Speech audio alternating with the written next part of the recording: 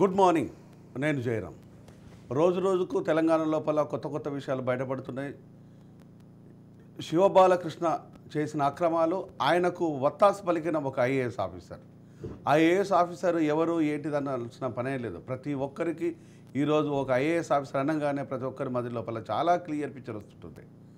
సోమేష్ కుమార్ అండదండలతోనే ఇన్ని కోట్ల ఆస్తిని కొల్లగొట్టినట్టు, దాని వెనకాల తను పూర్తి సహకారం అందించినట్టు, దాంతోపాటు మరొక మినిస్టర్ సో తనని పూర్తిగా కేర్ తీసుకున్నట్టుగా శివబాలకృష్ణ ఒక ఇన్ఫర్మేషన్ ఇచ్చినట్టుగా తెలుస్తుంది. ఈడీ, సిబిఐ డిపార్ట్మెంట్లకు ఆయన ఇచ్చిన స్టేట్మెంట్లో కానీ ఇప్పుడిప్పుడే సహకరిస్తున్నట్టు అర్థమవుతుంది. అంటే ఇంత చేసినా కూడా ఓ మినిస్టరు, ఒక ఐఏఎస్ ఆఫీసరు, ఒక డైరెక్టరు, వీళ్ళు ముగ్గురు మాత్రమే చేస్తారా? ఇంకెంతమంది ఉన్నారు? ఇంకెన్ని డిపార్ట్మెంట్లు ఉన్నాయి? ప్రతినిత్యం దీనిపైన అబ్జర్వేషను, నిజమేందో నిగ్గు తెలుద్దాం. రండి. మన స్టూడియో లోపల ఉస్మానియా జేఏసీకి సంబంధించిన వెంకట్ ఉన్నారు. సో జూమ్ లైన్ లోపల బీఆర్ఎస్ నాయకులు బాలరాజు గారు ఉన్నారు.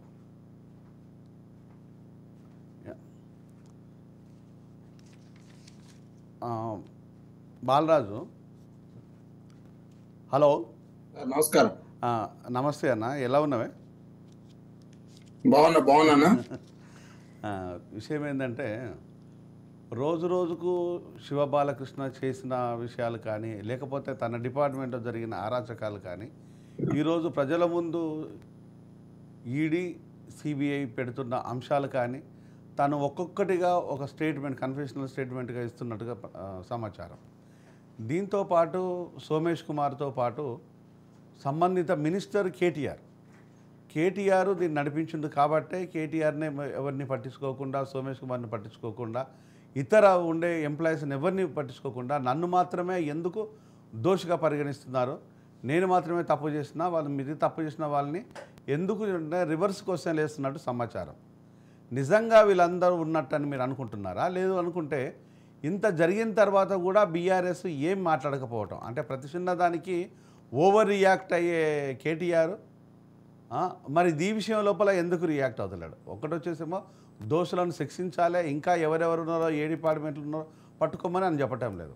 అలాగని శివబాలకృష్ణ తను చేసిన తప్పుని డెఫినెట్గా శిక్ష పడాలి అని కూడా డిమాండ్ చేయటం లేదు. ఈ కన్ఫ్యూజన్ లోపల బీఆర్ఎస్ ఉందని అనుకుందాం మనం. ముందుగా జయరాం గారు, మీకు రాజ్ న్యూస్ ప్రేక్షకులకి, ప్యానెల్ పెద్దలకి నమస్కారం. ఇవాళ రాజ్ న్యూస్ ద్వారా సమాజానికి కానీ ప్రేక్షకులుగా అందించేది మనం ఏంటంటే, ఇవాళ అవినీతి కేసులో పట్టుబడిన శివబాలకృష్ణ సంబంధించి అది ఆయన చేసినటువంటి వ్యవహారాలు, వారికి సంబంధించినటువంటి తాలూకు సంబంధించిన అంశాలన్నీ కూడా ఇవాళ ఏసీబీ దాంట్లో ఉన్నవి ఇన్వెస్టిగేషన్ జరుగుతూ ఉంది. వారి ఇన్వెస్టిగేషన్లో ఏం సమాచారం ఇస్తూ ఉన్నారు, ఎటువంటి ఆలోచనలు వారితో పంచుకుంటా ఉన్నారు అనే అంశం అనేది బీఆర్ఎస్ పార్టీకి కానీ మాకు కానీ వ్యక్తిగతంగా సంబంధం లేదు. వారు ఒకవేళ ఎటువంటి స్టేట్మెంట్స్ ఇచ్చినారో ఆ స్టేట్మెంట్స్ ఆధారాలు ఏంటి, దాని ప్రకారం ఏ విధంగా ప్రభుత్వం విచారణ చేస్తుంది అనేది ప్రభుత్వం ఆధీనంలో ఉంటుంది తప్ప దానికి కేటీఆర్ గారికి లింక్ పెట్టడం, దానికి బీఆర్ఎస్ పార్టీకి లింక్ పెట్టడం అనేది సమంజసం కాదని రాజ్ న్యూస్ ద్వారా తెలియజేస్తా ఉన్నా. ఇలా అనేక అంశాలు, ఇలా కాళేశ్వరం పైన కూడా కేసీఆర్ గారి పైన, కేసీఆర్ గారి కుటుంబం పైన, గత ప్రభుత్వం పైన ఈ ప్రభుత్వం చేస్తున్న ఆరోపణలు తప్ప దానిలో నిగ్గు తేల్చిన అంశాలు అనేవి కూడా ఏవి కూడా బయటకు వచ్చే సందర్భాలు లేవు. డ్యామ్ సేఫ్టీ అధికారులు వచ్చినారు, ఏదో నివేదిక ఇచ్చినారని చెప్పేసి చిలువల పలువులుగా దుష్ప్రచారం చేస్తా ఉన్నారు. అదేవిధంగా ఇక్కడ ఏదో ఏసీబీ పోయింది, ఇన్వెస్టిగేషన్ చేస్తుందన్నారు. ఒకసారి ఏసీబీ ఇన్వెస్టిగేషన్ పోయిందంటున్నారు, ఒకసారి సమాచారం మాకు ఏమి అప్లికేషన్ ఏమి చేయలేదు, ఇది విచారణ చేయమని చెప్పేసి మరొకసారి చెప్తా ఉన్నారు. తదనంతరం విద్యుత్తు సంబంధించినటువంటి ఒప్పందాల పైన చిలువల పలువులుగా అసెంబ్లీలో ప్రచారం చేసినారు, తదనంతరం బయట కూడా ప్రచారం చేసినారు. దానికి సంబంధించి ఇవాళ కాళేశ్వరం సంబంధించి కావచ్చు, అదేవిధంగా ఏసీబీలో పట్టుబడ్డ అధికారుల విషయంలో కావచ్చు, అదే విద్యుత్ ఒప్పందాల విషయంలో కావచ్చు, ఒకవైపు మా పార్టీ వర్కింగ్ కేటీఆర్ గారు, మా శాసనసభ్యులు సిరిసిల్ల శాసనసభ్యులు కేటీఆర్ గారు కావచ్చు, అదేవిధంగా మా హరీష్ రావు గారు మాజీ మంత్రివర్యులు సిద్దిపేట శాసనసభ్యులు, అదేవిధంగా మా సూర్యాపేట శాసనసభ్యులు జగదీష్ రెడ్డి గారు మాజీ మంత్రివర్యులు, వీళ్ళు ముగ్గురు అసెంబ్లీ సాక్షిగా శ్వేతపత్రం విడుదల చేసినప్పుడు స్పష్టంగా చెప్పినారు, మీకు దమ్ము ధైర్యం ఉంటే చిలువల పలువులుగా అబద్ధాలను ప్రచారం చేయడం కాదు, ఈ జరిగినటువంటి దాంట్లో ఎటువంటి జరిగిందని దాన్ని నిగ్గు తేల్చండి, సిట్టింగ్ జడ్జితో విచారణ జరిపించండి అని చెప్పేసి స్పష్టంగా మేము మా మాజీ మంత్రులు మా పార్టీ ఎమ్మెల్యేలు చెప్తా ఉంటే దాని మీద ఎటువంటి విచారణ చేయకుండా ఒకటి బాలరాజ్ పార్టీ ఏదో చేసిందనేటువంటి దుష్ప్రచారం చేయడం అబద్ధం అని చెప్తా ఉన్నాను. బాలరాజ్ అన్న దీంట్లో భరత్ అనే వ్యక్తి, భరత్ అనే ఒక పర్సన్ బినామీగా ఉండేసి ఆయన పేరు మీద 3 లాకర్లు ఏసీబీ వాళ్ళు ఓపెన్ చేసిండ్రు అనేది ఒక అంశం. మరొక అంశం వచ్చేసి ఈయన బినామీలకు 2 హోండా సిటీ కార్లు కొనిచ్చిండు అనేది మరొకటి. సో ఇన్ని జరుగుతున్నా కూడా నిజంగా కనుక కేటీఆర్ దీంట్లో ఇన్వాల్వ్మెంట్ లేకపోతే కేటీఆర్కున్న ఓవర్ రియాక్షన్కి కేటీఆర్కున్న అతిశేషులకి మరి ఇక్కడ కూడా అవి కనిపించాలి కదా. 10 సంవత్సరాలుగా తను 9 సంవత్సరాలుగా ఒక పర్సన్ని ఒకే డిపార్ట్మెంట్లో మనము అంత చదువుకున్నాం, మీరు విద్యావంతులు, ఉద్యమకారులు, సేమ్ టైం వచ్చేసి మీరు అన్ని విషయాలు తెలిసిన వాళ్ళు, అంటే ఇక్కడ ప్రజల కోసము చాలా క్లియర్గా గ్రౌండ్ రియాలిటీ తెలిసిన వ్యక్తులు, గ్రౌండ్ రియాలిటీ తెలుసుకోవడం కోసము అహర్నిశలు కృషి చేసే వ్యక్తులు. మరి మనం సహజంగా మనం మాట్లాడుకోవాలంటే మరి కేటీఆర్ ఇప్పటివరకు ఏం మాట్లాడతలేడు. 9 సంవత్సరాలు ఒక్కటే సీట్లో ఉంటాడు సోమేష్ కుమారు ప్లస్ ఈయనే శివబాలకృష్ణ. అంటే ఇన్ని రోజులు వీళ్ళని ఎందుకు అక్కడ పెట్టాలి? 3 సంవత్సరాలు అయితే ట్రాన్స్ఫర్ ఇవ్వాలి. అదేం లేదు, ఆ సీటుకు ఫెవికాల్ రాసుకొని కూర్చున్నట్టుగా ఇక్కడ వీళ్ళ జాగిర్ ఏదో ఉన్నట్టుగా ఇక్కడే కూర్చుంటే దాన్ని స్టేజ్ కూర్చుంటే దీన్ని వీళ్ళు ఎంజాయ్ చేస్తున్నారు. అంటే వీళ్ళు కాపలా కూర్చొని వచ్చింది కాజేసేసి పంచుకోవడం కోసం కూర్చోబెట్టుకున్నారా? నిజంగా ప్రజల కోసమే ఒక ఎంప్లాయీ కావాలనుకుంటే ఈ ఎంప్లాయీ తప్పితే రాష్ట్రంలో ఇంకోళ్ళు దొరకరా? ఒక సోమేష్ కుమార్ లాంటి ఐఏఎస్ లేడా? అంతకంటే గొప్ప ఐఏఎస్లు లేరా? ఇంతమంది ఐఏఎస్ల 200 మంది ఐఏఎస్లలో ఇంకా మిగతా వాళ్ళు ఐఏఎస్లు కారా? ఇక్కడ ఒక డైరెక్టర్ 1994 లోపల సెలెక్ట్ అయ్యి గ్రూప్ 1 సెలెక్ట్ నుంచి వచ్చిన ఒక డైరెక్టరు, గ్రూప్ 1 ఆఫీసరు, ఇంతకంటే మన దగ్గర గ్రూప్ 1 ఆఫీసర్ లేరా? అంటే ఇవన్నీ చూస్తుంటే ఈ అనుమానాలు మనకు రావటం లేదా? వెంకట్, దీనిపైన మీరేమనుకుంటున్నారు? సార్ ముందుగా మీకు నమస్కారం సార్, దాంతోపాటు బాలరాజన్నకు నమస్కారం సార్. ఇక్కడ ఒక విషయం ఏంటంటే తెలంగాణ రాష్ట్రంలో ఉన్న అంటే 2014 కంటే ముందు తెలంగాణ రాష్ట్రం యొక్క నిధులు కానీ తెలంగాణ ప్రాంతం యొక్క నిధులు దుర్వినియోగం అవుతున్నాయని చెప్పి అప్పుడు బాలరాజు గారు చాలా అంటే స్ట్రాంగ్ ఫైట్ చేశారు. బాలరాజు అన్నతో పాటు చాలామంది ఫైట్ చేశారు. ఇక వారికి ప్రత్యేకంగా చెప్పాల్సిన అవసరం లేదు సార్. ఇక్కడ విషయం ఏంటంటే వాళ్ళ అవినీతి కానీ వాళ్ళు బాలరాజన్న మొదటి నుంచి కూడా ఉస్మానియా యూనివర్సిటీ క్యాంపస్లో ఉన్నప్పటి నుంచి కూడా అదే సార్. ఇప్పుడు మాలాంటి మాత్రం వాళ్ళకు కూడా వాళ్ళ ఇన్స్పిరేషనే. మేము ఆ విషయంలో మేము తప్పుపడతలేము. కానీ వారికి మేము స్పష్టత ఏమి ఇవ్వదలుచుకున్నామంటే ఏ నిధుల దుర్వినియోగానికి వ్యతిరేకంగా మనం కొట్లాడినామో అదే నిధులు తెలంగాణ వచ్చిన తర్వాత కూడా కేసీఆర్ గారి కాందాన్లో కేసీఆర్ గారి అహంలో జరుగుతుంటే ఆటోమేటిక్గా ప్రశ్నించాల్సిన అవసరం మనకు ఉంటుంది సార్. ఇక్కడ ఒక విషయం ఏంటంటే బాలరాజన్న ఒక మాట ఏం చెప్పారంటే అధికారులు వాళ్ళు చేసిన అవినీతికి వాళ్ళ వ్యక్తిగతం అని అంటున్నారు. వాళ్ళ వ్యక్తిగతం ఎలా ఉంటుంది సార్? వాళ్ళ వ్యక్తిగతం ఉండదు కదా. ఎందుకంటే ప్రతిదీ ఒక మెయిన్ డిపార్ట్మెంట్లు ఏవైతే తెలంగాణ రాష్ట్రంలో గత 10 సంవత్సరాలుగా మెయిన్ డిపార్ట్మెంట్లు అన్నీ కేసీఆర్ గారి చేతిలో, హరీష్ రావు గారి చేతిలో, కేటీఆర్ గారి చేతిలో ఉన్నాయి. అవి కాదని లేని సత్యం అలా సార్ అవి. సో వాళ్ళ చేతిలో ఉన్నప్పుడు ఆటోమేటిక్గా అవినీతి కూడా ఆ ఏరియాలోనే ఎక్కువ జరిగింది కదా సార్. దానికి బాధ్యత వహించాల్సిన అది కూడా వాళ్ళకే ఉంటుంది కదా సార్. సార్ ఇంకో విషయం స్పష్టంగా చెప్పదలుచుకున్నది ఏంటంటే ఈ తెలంగాణ రాష్ట్రంలో విద్య కోసము అట్టడుగు వర్గాల వాళ్ళ కోసం పనిచేసిన ఆకునూరు మురళి లాంటి ఒక ఐఏఎస్ ఆఫీసరు ఇక్కడ వెలివేయబడితే ఆంధ్రప్రదేశ్లో వారినే అక్కడ విద్యాశాఖని కానీ విద్యా వ్యవస్థను కానీ బాగు చేయడం కోసం ఆకునూరు మురళి ఒక్కడే కాదు, సో డీజీపీ కావాల్సిన కృష్ణ ప్రసాద్ని డీజీపీని కానీ అలాంటి వాళ్ళు చాలా అంతకంటే ముందు అదే మాదిగ సామాజిక వర్గం లోపల ఒక ఐఏఎస్ ఆఫీసర్ని కనీసము చీఫ్ సెక్రటరీ స్థాయి నుంచి ఉండే వ్యక్తిని పక్కన తప్పించేసిండ్రు. అంటే ఇక్కడ బీసీలలో కానీ ఎస్సీలలో కానీ ఎస్టీలలో కానీ ఉన్నతాధికారులు ఉంటే వాళ్ళ మీద చిన్న చూపు. అది ఇంకా మన తెలంగాణ క్యాడర్ అయితే అసలు పట్టించుకోరు. దాంతోపాటు వచ్చేసి బీహార్ నుంచి వచ్చిన ఐఏఎస్ ఆఫీసర్ని సెలెక్ట్ చేసుకోవడం, వాళ్ళు తెలంగాణ క్యాడర్ కాకపోయినా వాళ్ళ అందులో ఎక్కించడము, వాళ్ళు దోపిడీ దొంగతనాలు చేస్తున్నా పట్టించుకోకపోవడము, పక్క రాష్ట్రానికి గవర్నమెంట్ అది కోర్టు అక్షంతలేసి పంపిస్తే అక్కడ రిజైన్ చేస్తే మళ్ళీ తీసుకొచ్చి ఇక్కడ పెట్టుకోవడము, ఈ దోపిడీని అన్నింటినీ మనము ప్రజల ముందు ఏ విధంగా చూడాలి సార్? ఒక విషయం ఏంటంటే అక్కడ అంటే జగన్ గారి వాళ్ళ గవర్నమెంట్లో వాళ్ళ విద్యా వ్యవస్థ ప్రక్షాళన చేయడం కోసం ఆకునూరి మురళి గారిని వాడుకున్నారు. కానీ ఇక్కడ ప్రభుత్వం మాత్రం వారిని వెలివేసింది. సో ఇదే అంశాన్ని మనం ప్రధానంగా చూసుకున్నట్లయితే సార్ తెలంగాణ రాష్ట్రంలో అంటే ఎవరైతే ఎంప్లాయీస్ ఉన్నారో ఆ ఎంప్లాయీస్ వాళ్ళకు అనుకూలంగా ఉండేటట్టు వాళ్ళ రిటైర్మెంట్ ఏజ్ని పెంచడము, దాంతోపాటు ప్రమోషన్స్ ఇవ్వడము, వాటిని అంటే వాళ్ళ కోటరీలో తీసుకుపోవడం, దానివల్ల ఏమైందంటే ఇక్కడ నిరుద్యోగ రేటు పెరిగింది. ఎట్ ద సేమ్ టైం నిజాయితీ పరులైన ఆఫీసర్స్ను ఈజీగా మార్జినలైజ్ చేయడానికి అవకాశమైంది. అంటే మాకు పైసలు తీసుకొచ్చే వాళ్ళు, మాకు వసూలు చేసుకొని తీసుకొచ్చే వాళ్ళనే మా చుట్టూ పెట్టుకుంటామని ఏదైతే కల్చర్ స్టార్ట్ అయిందో సార్, అంటే ఎలాంటి అధికారులు తెలంగాణ రాష్ట్రంలో ఉండొద్దు, ఎలాంటి వాళ్ళను మేము చూడొద్దు అని చెప్పి తెలంగాణ ప్రజలు అనుకున్నారో అలాంటి వాళ్ళే తిరిగి మళ్ళీ పునర్వైభవంగా మళ్ళీ రావడాన్ని చూసి తెలంగాణ ప్రజలు జీర్ణించుకోలేకపోయారు సార్. అది చాలా కష్టంగా అనిపించింది సార్. ఇంకో విషయం కూడా మీకు చెప్పదలుచుకున్నాము. సోమేష్ కుమార్ గారు ఒకనొక సందర్భంలో ఆంధ్రప్రదేశ్ క్యాడర్కి వాళ్ళని అటాచ్ చేసిన తర్వాత వాళ్ళని మళ్ళీ తిరిగి తెచ్చుకునే విషయంలో కేసీఆర్ గవర్నమెంట్ గారు చాలా క్రిస్టల్ క్లియర్గా వాళ్ళు పనిచేసారు సార్. బంజారా హిల్స్లో ఒక విలువైన భూమిని అమ్మి మరి, అంటే విలువైన ఇల్లు నమ్మి మరి భూమి కొనాల్సిన అవసరం లేదు సార్ బేసికల్లీ. అయినా సరే కొన్నారంటే దాని వెనకాల ఒక ఇంటెన్షన్ ఉంది. ఇక్కడ ప్రధానంగా ఒకటి గమనించాలి సార్. ఒక హెచ్ఎండిఏ డైరెక్టరే దాదాపు 500 కోట్ల వరకు, అంటే ఆఫీషియల్గా 500 కోట్లని మనకు కనపడుతుంది, కానీ ఇంకా ఎన్ని కోట్లు ఉన్నాయో మనకు తెలియదు. అన్ని సంపాదించారంటే ఇంకెంతమంది ఎంత సంపాదించుంటారు? ఎన్ని వేల కోట్ల వరకు అక్కడ వృధా అయినట్టున్నాయి సార్. మున్సిపల్ శాఖలో కేటీఆర్ గారి శాఖ అయిన మున్సిపల్ శాఖలో 35,000 కోట్ల పనులు జరిగితే దాంట్లో 5,000 కోట్ల వరకు కమిషనే సార్. సో ఇంత దారుణంగా తెలంగాణ రాష్ట్రాన్ని అప్పనంగా దోచుకుంటే తెలంగాణ ప్రజలు సహించలేకపోతారు. సరే, అధికారులు వచ్చిన తర్వాత ఒక ప్రతిపక్ష పాత్ర పోషించాల్సిన గవర్నమెంట్ ప్రతిపక్ష పాత్ర పోషించాలి. దాంతోపాటు ప్రభుత్వాన్ని ప్రశ్నించాల్సింది పోయి మేము మీ గవర్నమెంట్ కూలగొడతాం, మీ గవర్నమెంట్ అధికారులు లేకుండా చేస్తామని చెప్పి ఒక డీవియేషన్ పాలిటిక్స్ చేయాల్సిన అవసరం ఏముంది? బాలరాజన్న చెప్పండి. ఇది మున్సిపల్ శాఖ మినిస్టరు కేటీఆర్. ఈ మున్సిపల్ శాఖని ప్రక్షాళన చేయకపోను జనరల్గా కంపు రాకుండా చూసుకోవాలి. కానీ ఈ అవినీతి కంపు అనేది ఈరోజు రాష్ట్రం ఎల్లలు దాటిపోయింది. అంటే ఇంత అవినీతి, ఒక బాలకృష్ణ అనే వ్యక్తి డైరెక్టర్గా ఉండేసి వ్యక్తి 500 కోట్లు స్వాహా చేయడము. ఇక విచ్చలవిడి సంపాదన సోమేష్ కుమార్ది.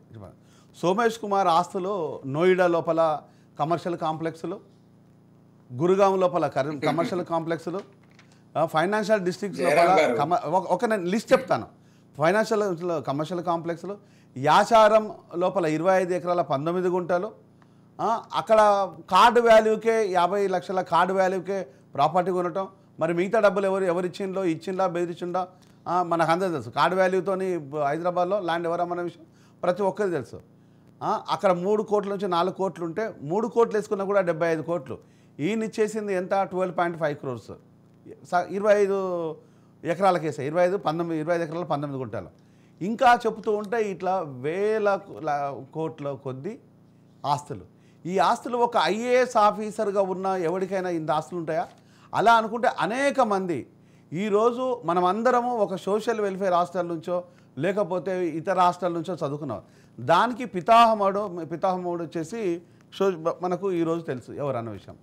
మరి ఆయన చేసిన కృషి వల్లనే ఈరోజు ఆర్ఎస్ ప్రవీణ్ కుమార్ దాన్ని శంకరన్ గారు చేసిన కృషిని దాన్ని ఎక్స్టెండ్ చేస్తూ ఆర్ఎస్ ప్రవీణ్ కుమార్ కూడా పనిచేశారు. మరి వీళ్ళు ఎవ్వరికి సంపాదించిన సంపాదన ఈ ఒక్క సోమేష్ కుమార్కే ఇన్ని వేల కోట్లు ఎక్కడి నుంచి వచ్చినాయి. ఒక డైరెక్టర్గా ఉన్న శివబాలకృష్ణకి ఇన్ని వందల కోట్లు వేల కోట్లు ఎట్టు వచ్చింది?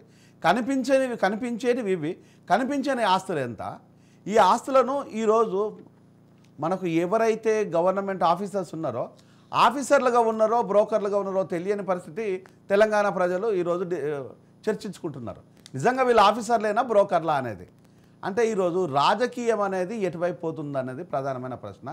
మీలాంటి వాళ్ళు అలాంటి సంపాదించలేరు, నాలాంటి వాళ్ళకు డబ్బులు రావు. మరి రాజకీయాలలో మీరు అందరం ఉన్నాం, తెలంగాణ ప్రజలు ప్రతి ఒక్కరూ ఒక రాజకీయ చైతన్యం కలిగి ఉంటారు. వీళ్ళు ఎవరికి రాని డబ్బులు వీళ్ళకు మాత్రమే ఎట్లొచ్చినాయి? ఇప్పుడు జయరాం గారు మీరు అనేక సంవత్సరాల నుంచి రాజకీయాలను పరిశీలిస్తూ ఉన్నారు, అనేక రకాల ప్రజా సంఘాల్లో పనిచేసినారు, సామాజిక దృక్పథం ఉన్న వాళ్ళు, మీరు రాజకీయ విశ్లేషకులు కూడా ఇలా యాంకర్గా మీరు ఏదైతే విశ్లేషణ చేస్తా ఉన్నారో ఆ విశ్లేషణ అనేది సమాజానికి అవసరం. అధికారులు ఎవరైనా అవినీతి చేస్తే వాళ్ళని శిక్షించాల్సింది, ఎవరైనా సమాజంలో ఇటువంటి వాళ్ళు ఎంకరేజ్ అయ్యి ముందుకు పోతా ఉంటే వాళ్ళందరినీ కూడా ప్రశ్నించాల్సింది. అదే క్రమంలో ఏ ప్రభుత్వం కూడా ఇలా తెలంగాణ ప్రభుత్వం గతంలో అధికారంలో ఉన్నటువంటి కేసీఆర్ గారి నాయకత్వంలో ఇలా దేశవ్యాప్తంగా అవినీతిలో చూస్తే, అంటే దేశవ్యాప్తంగా ఒక నేషనల్ సంబంధించినటువంటి రికార్డ్స్ చూస్తే, నేషనల్ సంబంధించినటువంటి ఒక రిపోర్ట్స్ వస్తే తెలంగాణ అనేది చిట్ట చివరిలో ఉంది అవినీతిలో. అంటే తెలంగాణ ప్రభుత్వం వచ్చిన తర్వాత కేసీఆర్ నాయకత్వంలో కొంత అవినీతిని కంట్రోల్ చేసే విషయంలో కావచ్చు, అధికారులను పనిచేయించే విషయంలో కావచ్చు, తెలంగాణ ప్రజలకు సదుపాయాలు కావచ్చు, సౌకర్యాలు కావచ్చు, వసతులు కావచ్చు, కొన్ని ఏదైతే కరెంటు విషయంలో, సాగునీటి విషయంలో, త్రాగునీటి విషయంలో, మౌలిక సదుపాయాల విషయంలో కొంత మెరుగుపరచడంలో 100% కేసీఆర్ గారి నాయకత్వంలో ప్రభుత్వం విజయం సాధించింది.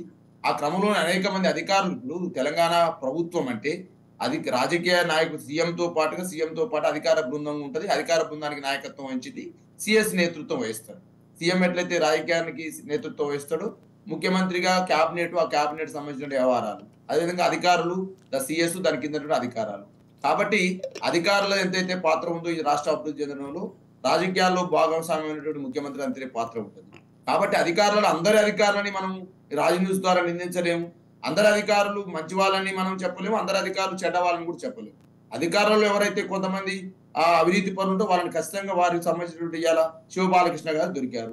ఇలా ఆంధ్రప్రదేశ్ లో 2 కానిస్టేబుల్స్ డ్యూటీలో ఉంటూ డ్యూటీకి సెలవు పెట్టి గంజాయి వ్యాపారంలో ఉన్నారు. దానికి జగన్ ప్రభుత్వానికి అండగాగిస్తే ప్రతిపక్షం మాట్లాడితే దానికి అర్థమే ఉంటది. వాళ్ళ వ్యక్తిగత వ్యవహారాలు, వాళ్ళు చేసినటువంటి గంజాయి సంబంధించినటువంటి సర్పరాకు జగన్ ప్రభుత్వానికి ఏం సంబంధం ఉంటుంది? జయరాం గారు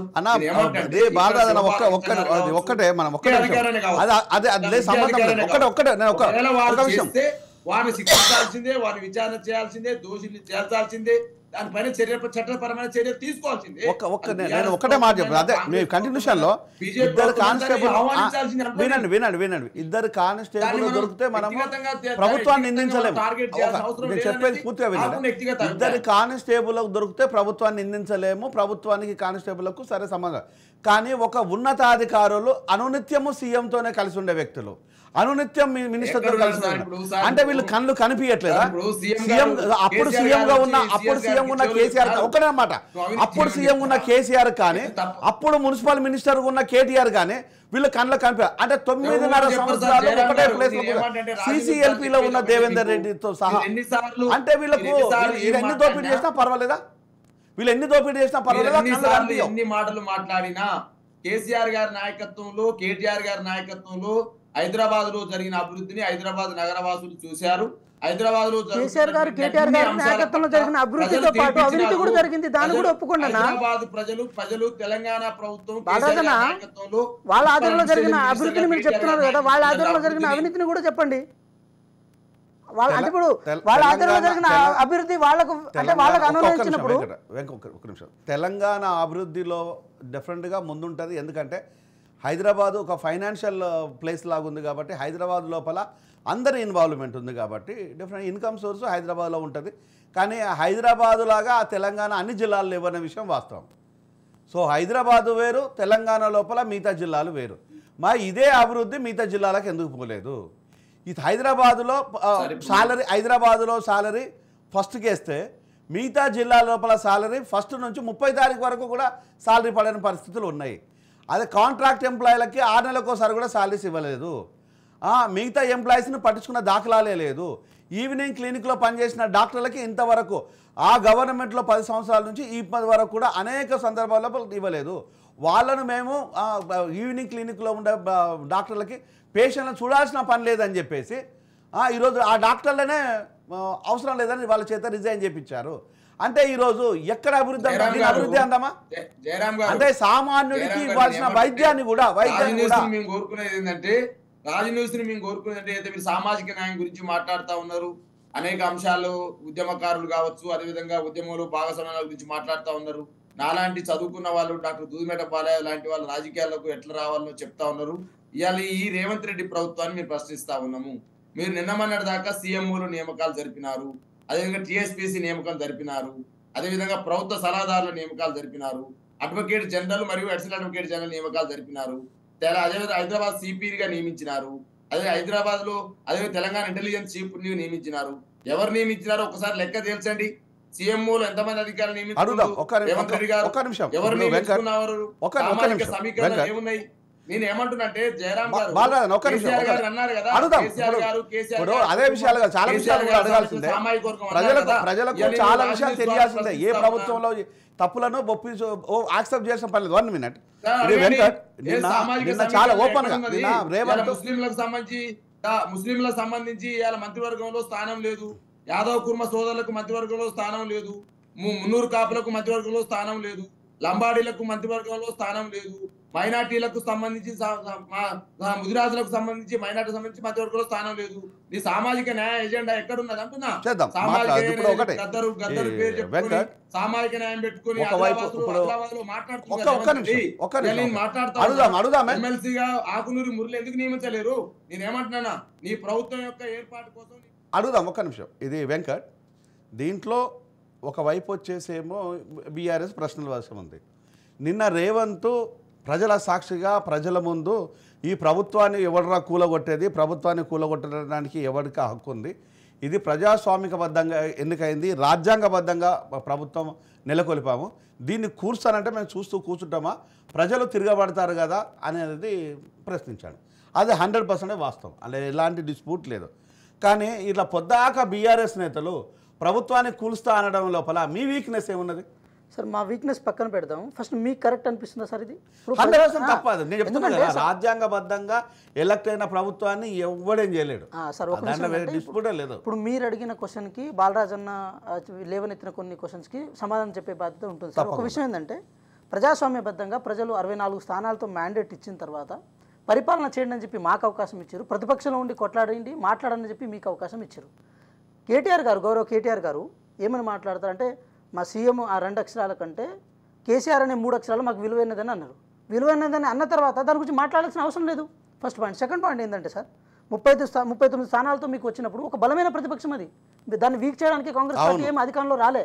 సో బలమైన ప్రతిపక్షాన్ని మీ పాత్ర పోషించండి సార్. మీరు ఒకటి గమనించండి, వాళ్ళ అధికారంలో ఉన్నప్పుడేమో ప్రతిపక్షాన్ని మింగిరు, ప్రతిపక్షంలో ఉన్నప్పుడేమో అధికారంలో ఉన్న కాంగ్రెస్ పార్టీ మింగాలనుకుంటున్నారు. అది ఎంతవరకు కరెక్టు? అంటే ఒక ప్రజాస్వామ్యవాదిగా దాదాపు 80,000 పుస్తకాలు చదివిన కేసీఆర్ గారు ఒక రాజ్యాంగం అనే పుస్తకం చదవలేదా? రాజ్యాంగంలో ప్రతిపక్షం యొక్క పాత్ర చదవలేదా? కేసీఆర్ రాజ్యాంగానే మారుస్తా అని చెప్పాడు, రాజ్యాంగానే లాలో ఉన్నది పనికిరాదని చెప్పాడు, రాజ్యాంగానికి కొత్త నిర్వచనం చెప్పాడు. అంటే కేసీఆర్కు రాజ్యాంగం పట్ల రెస్పెక్ట్ లేదన్న విషయం ప్రజలందరికీ ఒక పెద్ద చర్చ జరిగింది. ఇంకా ఎస్సీ ఎస్టీ బీసీ వర్గాల లోపల చాలా పెద్ద ఎత్తున విద్యార్థులు ఉద్యమించారు. అయినా కూడా ఆయన ఎప్పుడు కూడా అది తప్పులాగా భావించలేదు. అంటే చాలామంది విద్యార్థులు ఒక అహంకారపూరితమైన సీఎం మాట్లాడిని వెనక్కి తీసుకోవాలని చాలా ఉద్యమాలే జరిగినాయి. అంటే ఇదంతా పక్కన పెట్టేస్తే ఇప్పుడు సోమేష్ కుమారు, శివ బాలకృష్ణ ఇంత దోపిడీ చేస్తుంటే వీళ్ళిద్దరే అనుకుంటున్నారా? అనేక డిపార్ట్మెంట్లో కూడా ఇట్లాంటి వాళ్ళు ఉన్నారు. మెడికల్ డిపార్ట్మెంట్లో రమేష్ రెడ్డి అనే వ్యక్తి ఎంత దారుణంగా బిహేవ్ చేశాడు. గడల డిహెచ్గా ఉన్న గడల శ్రీనివాస్ ఎంత దారుణంగా బిహేవ్ చేశాడు. ఇట్లా అనేక మంది ఇంకా చెప్పుకుంటూ పోతే వాళ్ళ స్టోరీ కూడా బయటకు వచ్చేస్తుంటుంది, మినిస్టర్లు బయటకు వస్తుంటారు. అంటే వీళ్ళందరినీ జైలుకు ఎప్పుడు పంపిస్తారా అనే విషయం ప్రజలు వెయిట్ చేసి అడుగుతున్నారు, ఓపెన్గా అడుగుతున్నారు. మిమ్మల్ని కూడా చాలామంది అడిగి ఉండొచ్చు, ఓపెన్గా అడుగుతున్నారు. అంటే ఈ ప్రకారము ఇంతమందిని ఎట్లా వదిలేద్దాం అనుకుంటున్నారు? ఏ విధంగా వీళ్ళని శిక్షిద్దాం అనుకుంటున్నారు? సార్ ఒక విషయం ఏంటంటే, వాళ్ళు బుక్కిన పైసలు కానీ వాళ్ళు అధికార దుర్వినియోగం చేయడం కానీ అదేదో సార్ ఈ దొంగల దగ్గర డబ్బులు వసూలు చేస్తే 6 పథకాల అవలీలగా ఇంప్లిమెంట్ చేయాలి సార్. 100% సార్. ఒక విషయం ఏంటంటే, అది మీ దగ్గర నుంచి దొబ్బిన డబ్బులు, మా దగ్గర నుంచి దొబ్బిన డబ్బులు, లేకపోతే మా ప్రభుత్వంలో పెద్దల నుంచి వాళ్ళ ప్రభుత్వంలో పెద్దల నుంచి దొబ్బిన డబ్బులు కావు సార్. అవి ప్రజల డబ్బులు ఒక చోట కేంద్రీకృతం అయ్యి అది వికేంద్రీకరణ జరగాల్సిన సందర్భంలో వాళ్ళు దొబ్బిన డబ్బులు. సో వాళ్ళకి 100% కస్టోడియన్ ఎవరంటే ఏ గవర్నమెంట్ ఉంటే ఆ గవర్నమెంట్ కస్టోడియన్ అవుతుంది. బీఆర్ఎస్ పార్టీ వాళ్ళని ఒత్తాసు పలుకుంటూ వచ్చి వాళ్ళ అవినీతిలో భాగస్వాములు అయ్యి, అంటే ఇక్కడ మేము ఏమనుకుంటాం అంటే, బీఆర్ఎస్ పార్టీ సంపాదించిన అవినీతి పైసల్ని తెచ్చిపెట్టడంలో వీళ్ళు కీలక పాత్ర పోషించారని మేము అనుకుంటున్నాం. అనుకోవడానికి ప్రధాన అంశంగా ఒక బలమైన అంశం ఏముంటుందంటే సార్, ఒక విషయం అంటే మీరు గమనించండి, ప్రధానమైన అధికారులు ఎవరైతే ఉన్నారో వాళ్ళను పక్కకు పడేసి కొంతమందిని డిప్యూటేషన్లో తీసుకొని కొంతమందిని అంటే కావాలని ప్రమోషన్లు ఇచ్చి వాళ్ళ చుట్టూ కోటరీగా మార్చుకున్నారు సార్. మార్చుకున్న క్రమంలో ఏంటంటే, చాలామంది రిటైర్ అయిన అధికారులను కూడా వాళ్ళ చుట్టూ పెట్టుకున్నారు. మొన్న మీరు ఒకటి చిన్న ఎగ్జాంపుల్ చెప్తున్నాం సార్, విద్యుత్ శాఖ సంబంధించిన రివ్యూ మీటింగ్ జరిగింది సెక్రటేరియట్లో, గౌరవ ముఖ్యమంత్రి గారి ఆధ్వర్యంలో. సెక్రటేరియట్లో రివ్యూ మీటింగ్ జరిగినప్పుడు అంటే ఆల్రెడీ ఉద్యోగస్తులు అంటే ఐఏఎస్ రూపంలోనో, గ్రూప్ 1 సర్వీసెస్ రూపంలోనో, లేకపోతే ఎలక్ట్రికల్ డిపార్ట్మెంట్లో పెద్దవాళ్ళ రూపంలో ఉండే వాళ్ళను అక్కడ చుట్టూ కూర్చొని ఉంటే వాళ్ళు ఆన్సరబుల్గా ఉండేటోళ్ళు వీళ్ళ క్వశ్చన్ చెప్పడానికి అర్థం ఉండేది. వాళ్ళందరూ రిటైర్డ్ ఉద్యోగులు సార్. వాళ్ళకి ఏం చెప్తాం మనం? చెప్పినా కూడా వాళ్ళు ఆన్సరబుల్ కాదు కదా సార్. వాళ్ళు ఎప్పుడు పీకేస్తే అప్పుడు పోయేటోళ్ళు, వాళ్ళతో ఏం సంబంధం ఉంటుంది? అంటే ఆన్సరబిలిటీ లేని ఒక వ్యవస్థని ఒక కోటరీలాగా తయారు చేసి ఈరోజు బీఆర్ఎస్ పార్టీ కానీ బీఆర్ఎస్ ప్రభుత్వం కానీ అది చేసిన పని. దానివల్ల ఏమైందంటే సార్, అల్టిమేట్గా అంటే ఏం చేయాలో అర్థం కాని పరిస్థితి ఏర్పడింది ఒకనొక సందర్భంలో. కాంగ్రెస్ పార్టీ గవర్నమెంట్ వచ్చిన తర్వాత ఎవరిని ప్రశ్నించాలి, ఏం చేయాలనే అంశం మీద కూడా చాలా అంటే ఒక మతలబులాగా మారిపోయే సందర్భం ఏర్పడింది సార్. ఈ విషయం ఎందుకు చెప్తున్నామంటే సార్, ఎప్పుడైనా సరే కేసీఆర్ గారు ప్రధానంగా ఈ తెలంగాణ రాష్ట్రంలో గత 9.5 సంవత్సరాల కాలంలో వాళ్ళు చేసిన ప్రధాన పని ఏంటంటే వాళ్ళ మాట వినే వాళ్ళని అంటే అనవసరంగా కూడా అవసరంగా కానీ వాళ్ళ చుట్టూ చేర్చుకునే ప్రయత్నం చేయడం వల్ల ఏమైందంటే తెలంగాణ రాష్ట్రంలో జవాబుదారితనము లోపించిన ప్రయత్నం జరిగింది సార్. జవాబుదారితనం ఎప్పుడైతే లోపించిందో వాళ్ళ యొక్క అవినీతి కానీ ఈ 9.5 సంవత్సరాల కాలంలో బయటపడలేదు సార్.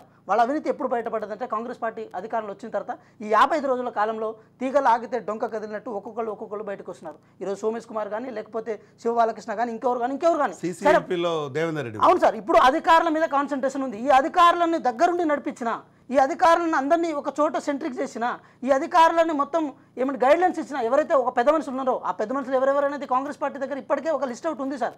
ఈ పెద్ద తలకాయల దగ్గరే పెద్ద శాఖలు ఉన్న విషయం కూడా తెలిసింది. సో వాళ్ళందరినీ బయట పెట్టే ప్రయత్నం కూడా చేస్తాం సార్. ఎందుకంటే వాళ్ళు మింగిన వాళ్ళు బొక్కిన అన్ని పైసలన్నీ ఈరోజు తెలంగాణ ప్రజల పైసలు. బాలరాజన్న కూడా ఒక విషయం చెప్పదలుచుకున్నాను. ఏంటంటే బాలరాజన్న ఈరోజు తెలంగాణ ఉద్యమంలో కీలకంగా ఉన్నారు. వారు ఫిష్ అండ్ గోడ్స్కి వాళ్ళు చైర్మన్గా కూడా చేశారు. అంటే ఇంత పెద్ద పదవిలో ఉన్న వాళ్ళెంత సంపాదించుకున్నారు మరి అంటే ఒక్క నిమిషం. బాలరాజు చైర్మన్గా చేశాడు, అక్కడ రాత్రుల పూట పోయి అక్కడ పడుకున్నాడు. తన కెరియర్ కానీ క్యారెక్టర్ చూసినట్టయితే తెలిసిన పుస్తకం. అదే సార్, ఇలాంటి వాళ్ళు సంపాదించుకోలే. తను ఒక రోల్ మోడల్గా ఉండాలని చెప్పేసి ఎక్కడైతే గొల్లలు మందలు గుర్తేసి అక్కడ పడుకున్నాడంటే ఆయన పోయి అక్కడ గోచి పెట్టుకొని గొంగలు కట్టుకొని అక్కడ వెళ్ళి పడుకున్నాడు. ఎందుకంటే అక్కడ పరిస్థితులను అడాప్ట్ చేసుకోవడం కోసం విద్యార్థి దశ లోపల ఉద్యమాల నుంచి ఉన్నా కూడా అక్కడ పరిస్థితులను అడాప్ట్ చేసుకొని నా వాళ్ళు ఉన్న పరిస్థితులు ఏంది, అక్కడ నేను అనుభవిస్తే ఎలా ఉంటుందన్నది దాన్ని చూపించాడు. సో ఇది దీన్ని అప్రిషియేట్ చేద్దాం. ఇక్కడ ఇట్లాంటి నేతలకు కానీ యువకులకు కానీ ఎట్లాంటి ప్రాబ్లం లేదు. ఇక్కడ జరుగుతున్నదంతా ఆఫీసర్లు ఒక కేటీఆర్ అనే వ్యక్తి కేసీఆర్ కొడుకు, అంటే షాడో సీఎంగా తెలంగాణను శాసించిన వ్యక్తి, ఇన్ని దొంగతనాలు జరుగుతుంటే నీ వెనుకనే నీ కిందనే అధికారులు చేస్తూ ఉంటే నీ కళ్ళు కనిపించకపోతే నువ్వు ఫిట్టా అన్ఫిట్టా అనేది ఈరోజు ప్రజలు ప్రశ్నిస్తున్నారు. ఒకవేళ దీన్ని నువ్వు ప్రశ్నించకపోతే పట్టించుకోకపోతే నువ్వు మినిస్టర్గా పనికిరావు. లేదు నీకు తెలిస్తే ఇందులో దొంగవి నువ్వు కూడా. అంటే నువ్వు తెలిసి వదిలేసినవా, కళ్ళు మూసుకొని ప్రవర్తించినవా? కళ్ళు మూసుకొని ప్రవర్తించినా ఈ దొంగతనం జరిగినా నీ తప్పే. లేదు కళ్ళు తెరిచి దీని లోపల భాగస్వామ్యం తీసుకున్నా తప్పే. ఏది జరిగినా తప్పే. దీనికి నువ్వు అర్హుడే కాని వాడివి. రేపు నువ్వు ఇష్టానుసారంగా మాట్లాడటం అనేది ఎంతవరకు కరెక్ట్? నిన్ను నువ్వే సరిదిద్దుకోవు, నీ శాఖనే నువ్వు పరిశీలించుకోవు, నువ్వు ఇతరుల గురించి మాట్లాడే అర్హత నీకెక్కడదని ప్రజలు ఈరోజు బహిరంగంగా ప్రశ్నిస్తున్నారు, బహిరంగంగా కామెంట్లు పెడుతున్నారు. దానికి ఎక్కడ ఆన్సర్ లేదు. ఇది బాలరాజన్న ఏది ఏమైనా కూడా ఇప్పుడు మనము ఎవరమైనా ఇప్పుడు మన ఇళ్ళల్లో కానీ మన ఊర్లో కానీ మన పల్లెల్లో కానీ మనం ఏమనుకుంటామంటే ఎవడైనా ఒక కంకి తోటలోకి వెళ్ళి కంకి ఇరుస్తున్నారు, అరే దొంగతనం చేయొద్దురా అంటుంటాం. చెట్టు మీద ఒక పండు తెంపినా అరే దొంగతనంగా తీసుకోవద్దురా, అడిగి తీసుకోవచ్చు కదా అంటుంటాం. మరి ఇన్ని వేల కోట్లు తెలంగాణ ప్రజల ఆస్తులను కొట్టేస్తుంటే అది ఎందుకు ప్రశ్నించలేకపోయిండ్లో కేసీఆర్ కానీ కేటీఆర్ కానీ? అది ప్రశ్నించొద్దా? కనీసమైన ఆ కళ్ళు లేక ప్రశ్నించలేదా? కనిపించినా కూడా ప్రశ్నించకూడదు అనుకున్నారా? ఇప్పుడు జయరాం గారు మీరు అనేక ప్రశ్నల్ని రాజనీతి ద్వారా సంధిస్తా ఉన్నారు. ఓకే, సమాజంలో ఎక్కడ అవినీతి జరిగినా ప్రశ్నించాల్సిందే, అటువంటి అధికారులు ఎవరైనా ఉంటే శిక్షించాల్సిందే. దాన్ని కేటీఆర్ గారు కోరుకోరు అవినీతి చేయమని, కేసీఆర్ గారు కోరుకోరు, దూదిమేట బాలయ్య యాదవ్ కోరుకోరు, ఇలా యాంకర్ గా ఉన్న మీరు కోరుకోరు, ఆ తమ్ముడు వెంకట్ కూడా కోరుకోరు. నేను ఏమంటున్నంటే ఒకవేళ అవినీతిని ప్రోత్సహిస్తారు ఎవరన్నా, అవినీతి చేయమని చెప్పేసి ఏమైనా ప్రభుత్వం చెప్పుదా వాళ్ళకు? వాళ్ళు అధికారులు, వాళ్ళకు నియమ నిబంధనలు ఉంటవి. సివిల్ సర్వీస్ అధికారులకు సివిల్ సర్వీస్ నియమ నిబంధనలు ఉంటవి. వారు ఒకవేళ అటువంటి చట్ట వ్యతిరేకమైన పనులు చేస్తే ఎటువంటి దాన్ని శిక్ష పడుతుందో వాళ్ళకు అన్ని అవగాహన ఉంటది. ఒకవేళ తెలిసి చేస్తే వాళ్ళు ఖచ్చితంగా కారకులు ఎవరైనా దోషులు ఎవరైనా శిక్షించాల్సిందే, వాళ్ళని కడకడల పాలు చేయాల్సిందే. ఏ ప్రభుత్వం అయినా కోరుకుంటది. దానికి రాజకీయాలకు ముడిపెట్టి కేటీఆర్ గారికి ముడిపెట్టి మీరు వ్యక్తిగతమైనటువంటి ఏదైతే చర్చ జరుగుతా ఉందో ఆ చర్చను నేను ఇవాళ సంపూర్ణంగా నేను విశ్వసించట్లేదు. నేను ఏమంటున్నంటే చర్చ పెట్టండి, దానికి బాధ్యులైన వాళ్ళు ఇవాళ ప్రభుత్వం మాది లేదు కదా. ప్రభుత్వం ఇవాళ కాంగ్రెస్ పార్టీ ప్రభుత్వం ఉంది, ముఖ్యమంత్రి రేవంత్ రెడ్డి గారు ఉన్నారు, అధికారులు వారి సమక్షంలో పనిచేస్తా ఉన్నారు. దోషులు ఎవరు ఉన్నారో బాధ్యులు ఎవరు ఉన్నారో ఇదే వ్యక్తిగతమైన చర్చలు కానీ వ్యక్తిగతమైన ప్రయోజనాలు నెరవేర్చుకోవడం కోసం కానీ వ్యక్తుల మీద దాడులు కానీ రాజ్ న్యూస్ చెయ్యదు. నెంబర్ 1 తెలిసిన విషయం. మరొక విషయం అంటే ఇది ప్రజా సమస్యల మీద, ప్రజా అవసరాల మీద, ప్రజా హక్కుల మీద, ప్రజలకు తెలంగాణ ప్రజల ఆత్మగౌరవం మీద చర్చ జరుగుతుంది. తెలంగాణ ప్రజల ఆస్తుల మీద చర్చ జరుగుతుంది. తెలంగాణ ప్రజల కష్టార్జితం మీద చర్చ జరుగుతుంది. తెలంగాణ ప్రజల హక్కుల మీద చర్చ జరుగుతుంది. తెలంగాణ ప్రజల అవకాశాల మీద తెలంగాణ ప్రజల అవకాశాల మీద చర్చ జరుగుతుంది.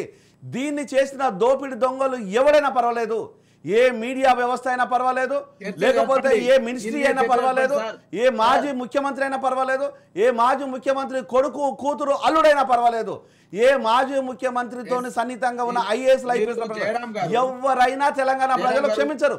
ఇది తెలంగాణ ప్రజల ఆత్మగౌరవం, ఆత్మఘోష, ఆత్మ దండోర తప్ప ఇది రాజ్ న్యూస్ కు సంబంధించిన విషయం ఏది కాదు. రాజ్ న్యూస్ దీంట్లో బాధ్యత ఏ మాత్రం లేదు. తెలంగాణ ప్రజలు చెప్పమని చెప్పండి, దీనిపైన ప్రశ్నించొద్దు అని చెప్తే మేము వెంటనే ఈ ప్రోగ్రాం ఆపేస్తాం. లేదు, తెలంగాణ ప్రజల ఆత్మగౌరవం కానీ ఆస్తుల గురించి మేము బాహాటంగా ఇది రక్షణ కోసం ప్రశ్నించాలనుకుంటే మాకు అందరూ సహకరిస్తూనే ఉండాలి, సహకరిస్తూ ఉంటారని మేము మనస్ఫూర్తిగా నమ్ముతున్నాం. Please continue. జయరాం గారు మీరు అనేక సంవత్సరాలు సామాజిక విశ్లేషకుడుగా, సామాజిక కార్యకర్తగా ఈ సమాజంలో జరుగుతున్నటువంటి అనేక అంశాల పట్ల మీకు అవగాహన ఉంది. మీరంటే మాకు గౌరవం ఉంది, దాన్ని తప్పుగా భావించట్లేదు. రాజ్ న్యూస్ ద్వారా మేము అడిగేది ఏంటంటే, ఓకే, గత ప్రభుత్వం పనిచేసిన తీరు, ఈ తెలంగాణ అభివృద్ధి చెందిన తీరు కూడా డిస్కస్ చేయండి. కేటీఆర్ గారి నాయకత్వంలో హైదరాబాద్కు వచ్చినటువంటి డెవలప్మెంట్, హైదరాబాద్ లో జరిగినటువంటి పెట్టుబడుల వెల్లువ, అదేవిధంగా హైదరాబాద్ లో జరిగినటువంటి ఫ్లైఓవర్లు, హైదరాబాద్ లో జరిగినటువంటి అండర్ బ్రిడ్జీలు, హైదరాబాద్ లో జరిగినటువంటి స్కైవేలు అన్నిటి కూడా డిస్కస్ చేయండి. హైదరాబాద్ 2014 పూర్వం ఎట్టుండే, 2014 తర్వాత హైదరాబాద్ లో బయోడైవర్సిటీ ఫ్లైఓవర్ ఏంటి, బైరామ్గూడ చౌరస్తాలో ఫ్లైఓవర్ ఏంటి, టోలీ చౌక్ ఫ్లైఓవర్ ఏంటి, నాగోల్ ఫ్లైఓవర్ ఏంటి, ఎల్బీ నగర్ ఫ్లైఓవర్ ఏంటి, ఉప్పల్ చౌరస్తా ఏంటి, అదే కుకటపల్లి చౌరస్తా ఏంటి, శిల్పారావం చౌరస్తా ఏంటి, అదేవిధంగా మైండ్ స్పేస్ చౌరస్తా ఏంటి, అదేవిధంగా దుర్గం చెరువు కేబుల్ బ్రిడ్జ్ ఏంటి, అదేవిధంగా తెలంగాణలో జరుగుతున్నటువంటి పారిశ్రామిక అభివృద్ధి ఏంటి, ఇలా డాటా స్పేస్ సెంటర్లు, గూగుల్ అంటే హైదరాబాద్ లో నేను ఒకటే చెప్పేది, ఇప్పుడు హైదరాబాద్ లో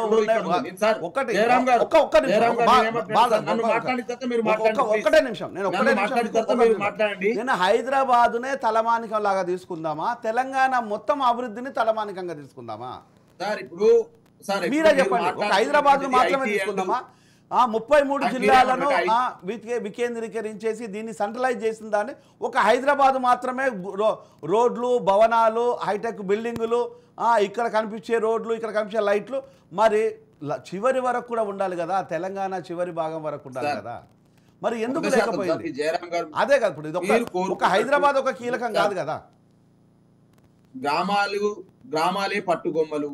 గాంధీజీ కళ్ళుగన్న గ్రామీణ స్వరాజ్యం రావాలంటే పల్లెలే బాగుపడాలి, పల్లెల్లో ఉన్నటువంటి పల్లె ప్రజానీకం బాగుపడితేనే రాష్ట్రం బాగుపడుతుందనే ఆలోచన విధానం మీరు చెప్పింది 100%. ఆ క్రమంలోనే 2014 నుంచి 2023 వరకు కేసీఆర్ గారి నాయకత్వంలో ఏదైతే పల్లెలలో జరిగినటువంటి అభివృద్ధి ఏదైతే మీరు ఒకసారి చూడండి, గ్రామీణ ప్రగతి, పట్టణ ప్రగతి పేరుతోటి తెలంగాణ ప్రభుత్వం గత ప్రభుత్వం తీసుకొచ్చిన సంస్కరణలు ఏందో మీరు ఆలోచన చేయండి.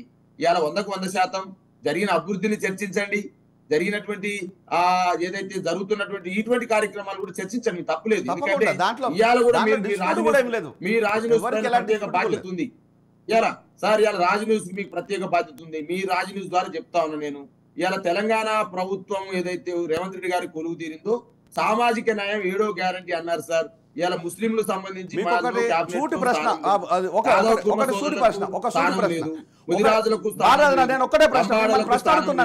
మున్నూరు కాపులకు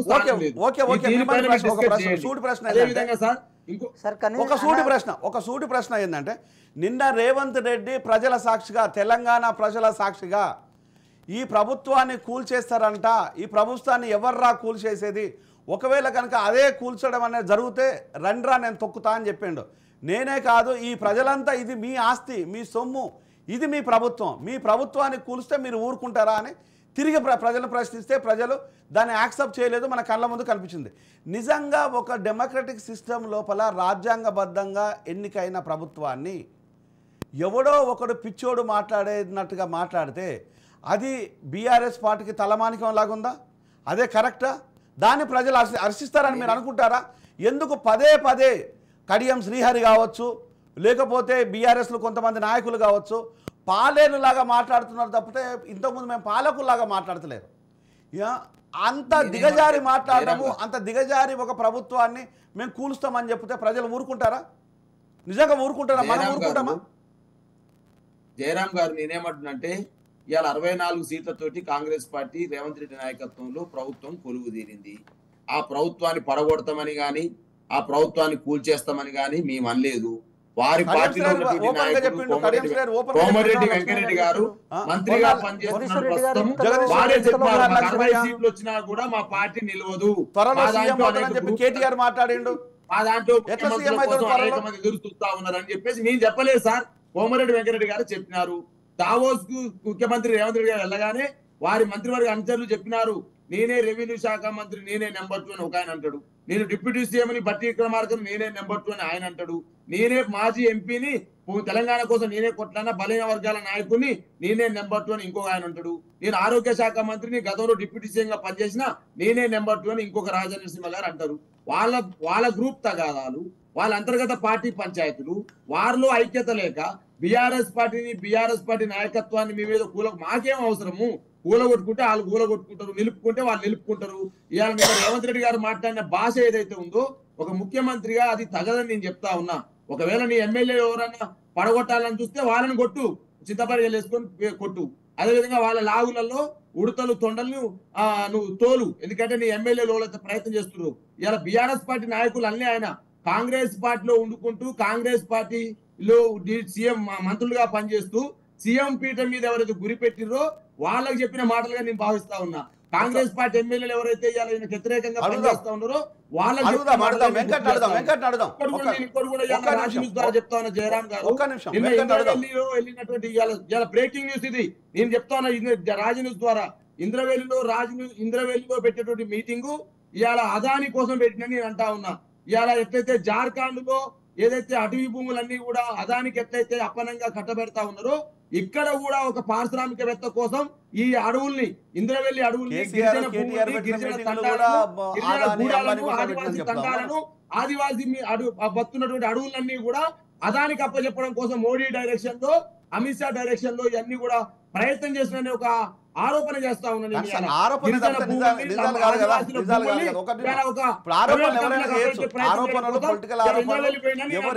చేయొచ్చు, దాని కన్స్ట్రక్టివ్ ఎవిడెన్స్ కూడా ఉండాలి. Okay right. ఇప్పుడు వెంకట్, ఇంత దోపిడీ జరుగుతుంటే తెలంగాణ ప్రజల సొమ్ములు దోచుకుంటూ ఉంటే విద్యార్థులు ఉద్యమ నాయకులు ఈరోజు తెలంగాణ ఉద్యమాన్ని ఉరుతొలగించిన ఉస్మానియా కాకతీయ యూనివర్సిటీ విద్యార్థులతో పాటు తెలంగాణలో ఉన్న విద్యార్థులు ఎక్కడ ఎలాంటి ఉద్యమాలు లేవు, ఇంత దోపిడీ జరిగినా కూడా. అంటే ఆ 9.5 సంవత్సరాలు మీరు భయపడే ఉద్యమాలు చేయలేదా? లేకపోతే ఉద్యమాలు మాకెందుకు అనుకున్నారా?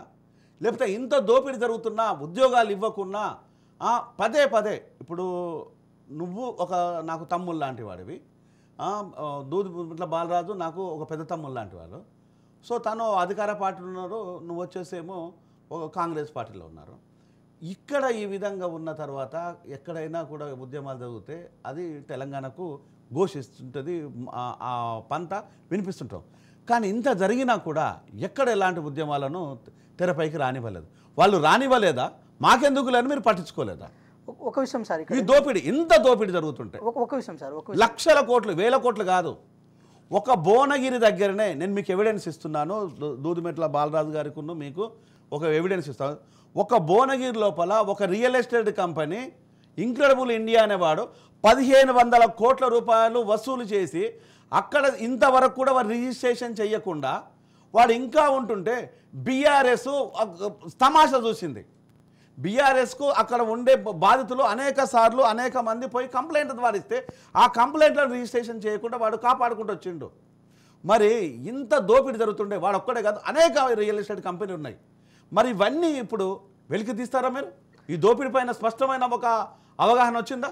100% సార్. ఎందుకంటే ఆధారాలతో కూడిన ఏది వాళ్ళని బయటకు తీసినప్పుడే మేము కాన్స్పిరసీ చేయలేము, మేము కుట్ర చేస్తలేము, మేము రివెంజ్ తీసుకుంటలేమని చెప్పి చెప్పడానికి వీలుంటుంది. ఎందుకంటే ప్రాపర్ ఆధారాలతోనే చేద్దామని కాంగ్రెస్ పార్టీ కూడా అనుకుంటుంది, చేస్తుంది కూడా. ఇక్కడ బాలరాజ్ అన్నకు స్పష్టంగా ఒక మాట చెప్పదలుచుకున్నాం. ఏంటంటే హైదరాబాద్లో జరిగిన డెవలప్మెంట్ని ఫ్లైఓవర్ రూపంలో బాలరాజ్ అన్నకు చాలా క్లియర్ కట్గా చెప్పారు. సో దాన్ని సంతోషిస్తాం, ప్రాబ్లం లేదు. కానీ అదే హైదరాబాద్లో ఉస్మానియా యూనివర్సిటీ ఉంది. బాలరాజన్న ఉస్మానియా యూనివర్సిటీలో చాలా సీనియరు, మా అల్యూమిని, మేము తర్వాత ఉస్మానియా యూనివర్సిటీలో వచ్చిన వాళ్ళము. ఇక్కడ ఒక విషయం ఏంటంటే సార్, అభివృద్ధిని ఒకసారి మనం కొలమానంగా చూసుకుంటే అభివృద్ధిని విద్యా వైద్యంలో ప్రాపర్ వేలో ఉంటేనే అభివృద్ధి మనం క్లియర్ కట్గా చూపిస్తుంది. ఎందుకంటే ఒక పేదవాడు వైద్యానికి సరిగా డబ్బులు పెట్టలేడు. అదేవిధంగా విద్యా విషయంలో కూడా ఒక ఉన్నతమైన విద్య చదవాలంటే అది ఉచిత విద్య అయితే బాగుంటుందని చెప్పి ప్రతి పేద కుటుంబం అనుకుంటుంది సార్. అదేవిధంగా చాలా రూరల్ బ్యాక్గ్రౌండ్ నుంచి వచ్చిన వాళ్ళే ఈరోజు యూనివర్సిటీలో చదువుతారు. బాలరాజన్న కూడా రూరల్ బ్యాక్గ్రౌండ్ నుంచి వచ్చిన వ్యక్తే. ఇక్కడ ఏంటంటే సార్ 2014 నుంచి ఇప్పటి వరకు ఉస్మానియా యూనివర్సిటీలో టీచింగ్ నాన్ టీచింగ్ పోస్టులు భర్తీ కాలే, ఒక్కడు కూడా భర్తీ కాలే. ఎందుకు భర్తీ కాలని చెప్పి మేము చాలా వరకు కొట్లాడినాం. మేము 10 మంది వస్తే అక్కడ 30 మంది పోలీసులు వచ్చేటోళ్ళు. సార్ ఒక విషయం ఏంటంటే ఒక మినిస్టర్ పోయినట్టు అక్కడున్న వీసీ ఈ 9.5 సంవత్సరాల కాలంలో ప్రతి వీసీ ఒక మినిస్టర్ పోయినట్టు కాన్వాయ్ వేసుకొని పోయే పరిస్థితి. అంటే కొట్లాడడానికి స్పేస్ ఉండదు. మేము 10 మంది వస్తే పోలీసులు 30 మంది వచ్చేస్తారు. ఎందుకని మేము ప్రశ్నిస్తే మమ్మల్ని ఏమో అరెస్టులు చేస్తారు. సార్ ఒక విషయం ఏంటంటే ఒక క్వాలిటీ ఎడ్యుకేషన్ కోరుకునే రూరల్ లెవెల్ నుంచి వచ్చిన విద్యార్థి ఈరోజు యూనివర్సిటీలకు వచ్చిన తర్వాత క్వాలిటీ ఎడ్యుకేషన్ చెప్పే ప్రొఫెసర్స్ లేకపోతే క్వాలిటీ ఎడ్యుకేషన్ ఎక్కడి నుంచి వస్తుంది? కేటీఆర్ గారు కానీ తెచ్చిన అమెరికన్ ఏదైతే ఉన్నాయో ఇండస్ట్రీస్ కానీ ఐటీ కంపెనీస్ కానీ వాళ్ళ ఉద్యోగాలు అంటే స్కిల్ డెవలప్మెంట్ ఉండాలి కదా సార్. స్కిల్ డెవలప్మెంట్ కావాలంటే ఉన్నత చదువులు కావాలి కదా. అసలు ఉన్నత చదువులు అందించే విద్యా వ్యవస్థ సక్రమంగా లేనప్పుడు ఆ ఉద్యోగాలు ఏం చేసుకోవాలి? దానికి మేము పోటీగా మేము ఉండలేము కదా. సో ఒక మాట స్పష్టంగా ఏం చెప్పదలుచుకున్నామంటే ఇక్కడ మీరు ఒకటి గమనించండి సార్, బీఆర్ఎస్ పార్టీకి చిత్తశుద్ధి ఎలా ఉంటుందంటే ఈ రాష్ట్రంలో ఉన్న అవినీతిని తెచ్చిపెట్టే అధికారుల మీద పెట్టిన శ్రద్ధ ఈ రాష్ట్రానికి భవిష్యత్తు వనరుగా ఏదైతే ఏర్పడ్డ యువకులు కానీ విద్యార్థుల మీద కానీ పెట్టలేని పరిస్థితి ఏర్పడింది. దానికి ఉదాహరణ ఏంటంటే సార్, మీరు టీచింగ్ పోస్టులు మీరు భర్తీ చేయండి. ఉస్మానియా యూనివర్సిటీలో టీచింగ్ పోస్టులు భర్తీ చేయండి. ఉస్మానియా యూనివర్సిటీ మాత్రమే కాదు, ఈ రాష్ట్ర వ్యాప్తంగా ఉన్న యూనివర్సిటీలు అన్ని టీచింగ్ పోస్టులు భర్తీ చేస్తే మా క్వాలిటీ ఎడ్యుకేషన్ వస్తుందని చెప్పి కామన్ రిక్రూట్మెంట్ బోర్డు బిల్ ఒకటి తీసుకొచ్చారు సార్. అది తీసుకొస్తే అది గవర్నర్ గారి చేతిలో ఉంది. గవర్నర్ గారి చేతిలో ఉంటే గవర్నర్ గారు ఏమన్నారంటే దీని మీద కొంచెం మాట్లాడాలి, ఆ మాట్లాడే సందర్భాన్ని క్రియేట్ చేయాల్సిన బాధ్యత విద్యాశాఖ మంత్రికి ఉంటుందని చెప్తే విద్యాశాఖ మంత్రి గారేమో అక్కడికి వెళ్ళరు, వారేమో బిల్లు క్లియర్ చేయరు. దానివల్ల భవిష్యత్తు ఎవరిది ఆగమైపోయింది సార్? తెలంగాణ రాష్ట్ర విద్యార్థుల భవిష్యత్తు ఆగమైపోయింది కదా సార్. సార్ డిగ్రీ వరకు మేము ప్రాపర్ ఎడ్యుకేషన్ చదివిన తర్వాత డిగ్రీ నుంచి ఉన్నత విద్య చదివేటప్పుడు మాకు స్కిల్ ఎడ్యుకేషన్ ప్రాపర్ ఎడ్యుకేషన్ లేకపోతే లాస్ అయ్యేది మేమే కదా సార్. ఈరోజు బాలరాజుని డాక్టరేట్ తీసుకున్నారు అంటే వాళ్ళ హయాంలో కాంగ్రెస్ పార్టీ గవర్నమెంట్ ఉన్న హయాంలో ఈరోజు వాళ్ళు నియమించిన ప్రొఫెసర్ నాన్ టీచింగ్ పోస్టులే కదా సార్ అవి. అంటే మేమేమంటున్నాం అంటే హైదరాబాద్ డెవలప్మెంట్ మీద మీరు చెప్పారు కదా, ఇది ఫ్లైఓవర్లు ఐటీ కంపెనీలు చెప్పడంతో పాటు అదే హైదరాబాద్లో ఉన్న యూనివర్సిటీలో ఆ యూనివర్సిటీలో ఉన్న కావాల్సిన పోస్టుల భర్తీ మీద కూడా మీరు మాట్లాడితే ఈ తెలంగాణ రాష్ట్రంలో ఒక ఉన్నత విద్యని విశ్వవ్యాప్తంగా అందించే బాధ్యత ఆ రోజు బీఆర్ఎస్ పార్టీ కానీ బీఆర్ఎస్ ప్రభుత్వానికి ఉండేది. కానీ ఆ బాధ్యత ఎందుకు మర్చిర్రు? ఆ బాధ్యత మరవడం వల్ల ఇప్పుడు ఏమైందంటే సార్ బేసికల్గా ఇంకో విషయం కూడా చెప్పాలి, కొత్తగా ఉద్యోగాలు రిక్రూట్మెంట్ కాకపోవడం వల్ల ఉన్న ఉద్యోగాలనే అంటే రిటైర్మెంట్ ఏజ్ని కూడా 63 మార్చాల్సిన అవసరం ఏర్పడిన తర్వాత ఇంకో కొద్ది రోజుల్లో అయితే రిటైర్మెంట్ అవుతా అన్నాడు. అవినీతి చేయకుండా ఏం చేస్తారు సార్? మీరు ఒకటి గమనించండి, అవినీతి చేయకుండా ఏం చేస్తారు ఆయన? 100% చేసే ఛాన్స్ ఉంటుంది. సో దాన్ని రెగ్యులేట్ చేయాల్సిన బాధ్యత మీరు తీసుకోవాలి. అలాంటిది వాళ్ళని కూడా ఎంకరేజ్ చేయడము దానివల్ల ఎవరు లాస్ అయ్యారు అంటే తెలంగాణలో విద్యార్థులు అంటే వాళ్ళ ఉద్యోగాలు రాకుండా లాస్ అయ్యారు. ఎట్ ద సేమ్ టైం వాళ్ళ జీవితం యవ్వన కాలం సార్. 2014లో 20 సంవత్సరాలకి మేము జాబులు కొడతామని చెప్పి రూరల్ బ్యాక్గ్రౌండ్ నుంచి హైదరాబాద్ వస్తే 2023లో వాళ్ళకు 30 సంవత్సరాలు అయినాయి సార్. అంత బర్డన్ ఎవరు పరిస్థితి అంటే ఈ విషయం ఎందుకు చెప్తున్నామంటే మీరు చెప్పారు అవినీతి చెప్పారు కదా, ఆ అవినీతిని కట్టడి చేయడం విషయంలో ఆ అవినీతిలో పాల్గొన్న ఎవరైతే ఉద్యోగస్తులు ఉన్నారో వాళ్ళని కనుక తీసేసి కొత్త రక్తాన్ని కనుక ఇంజెక్ట్ చేసి ఉంటే కొత్త రక్తాన్ని కనుక లోపల నేను అడిగేది ఒకటే, ఇప్పుడు ఇంతసేపు చెప్పింది నేను అడిగేది ఒకటే, ఇంత అవినీతి పైన విద్యార్థులు ఎందుకు నోరు మెదపకుండా సైలెంట్గా ఉన్నారు? 100% నోరు మెదిపాము సార్, 100% నోరు మెదిపాము సార్. చాలా విషయాలు ఇప్పుడు కాళేశ్వరం ప్రాజెక్టు విషయంలో కూడా అవినీతి జరిగిందని చెప్పి విద్యార్థులు దాదాపు ప్రజా సంఘాలు కాంగ్రెస్ పార్టీ ఇది మాత్రమే కాదు సార్, డ్యామ్ సేఫ్టీ అథారిటీ కూడా క్లియర్ కట్గా చెప్పింది.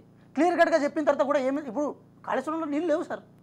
నీళ్లు ఎందుకు లేవంటే డ్యామ్ సేఫ్టీ అథారిటీ చెప్పిన తర్వాత నీళ్ళు కిందకు వదిలేరు అంటే అక్కడ అవినీతి జరిగినట్టే.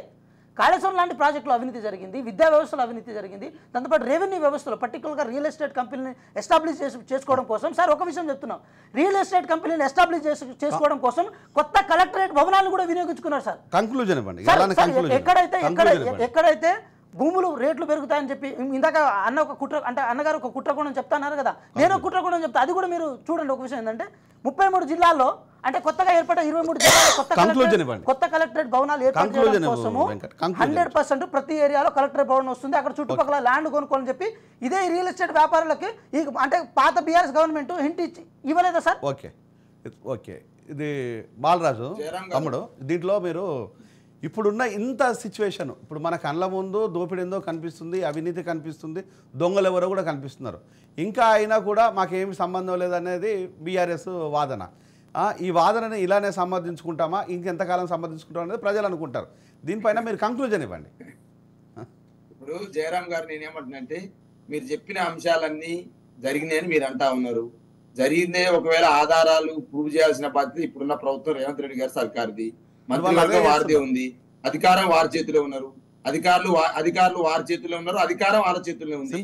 కాంగ్రెస్ పార్టీ నీకు తేల్చాలి, దోషుల్ని శిక్షించాలి, చట్టపరమైన చర్యలు తీసుకోవాలి తప్ప కేసీఆర్ గారి మీద కేటీఆర్ గారి మీద మేము ప్రభుత్వంలో లేము. ఇప్పుడు కాంగ్రెస్ పార్టీ ప్రభుత్వంలోకి వచ్చింది, యూనివర్సిటీలో మేము చేయించలేమని మీరు అట్లా అన్నారు.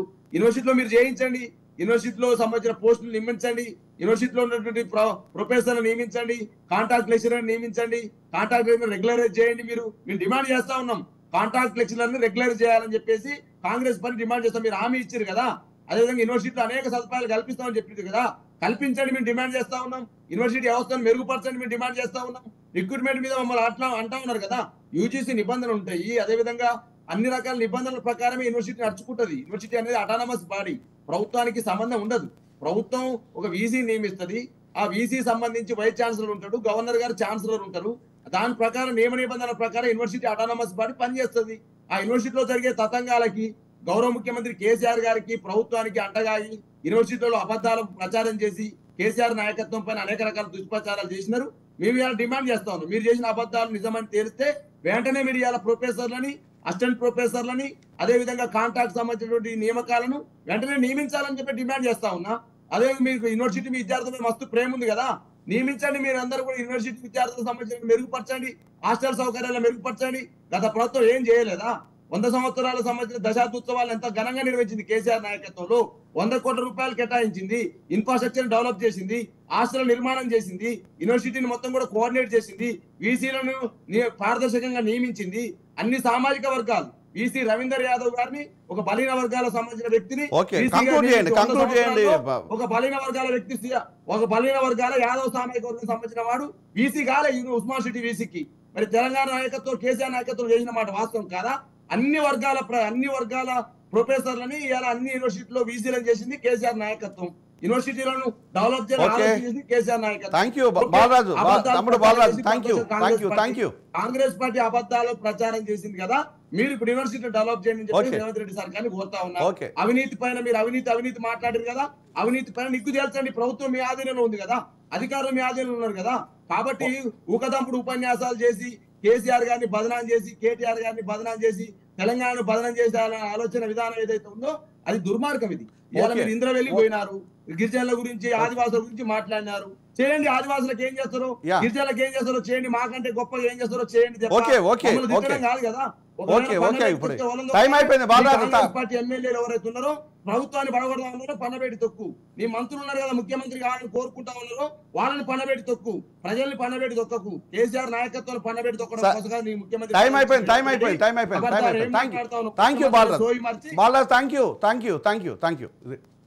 అంటే ఇక్కడ విషయాలను ఒకటి నేను ప్రజలకు ఒక చిన్న విషయాన్ని నేను మీ ముందుంచాలనుకుంటున్నాం. రాజ్ న్యూస్లో జరుగుతున్న ఈ ప్రోగ్రాం మరి ముఖ్యంగా అంటే ఏది నిజం బరాబర్ అడుగుదాం. ఈ ప్రోగ్రాం విషయానికి వచ్చినప్పుడు నేను కానీ లేకపోతే వచ్చిన గౌరవనీయులైన గెస్టులు కానీ మాట్లాడుకునే భాష వాడుక భాష ఉండాలి. సామాన్యుడికి కూడా అంటే ఊర్లలో ఉండే ప్రతి వ్యక్తికి కూడా సామాన్యుడికి కూడా ఆ భాష రీచ్ కావాలి, అర్థం కావాలి అనే విధంగానే మేము మాట్లాడడం కోసం ట్రై చేస్తున్నాం. అంతే తప్ప ఇక్కడ వచ్చిన గెస్టులను కానీ ఇబ్బంది పెట్టడం కానీ లేకపోతే ఇక్కడ వచ్చిన వాళ్ళను సంబోధించే విషయంలో కానీ కాదు.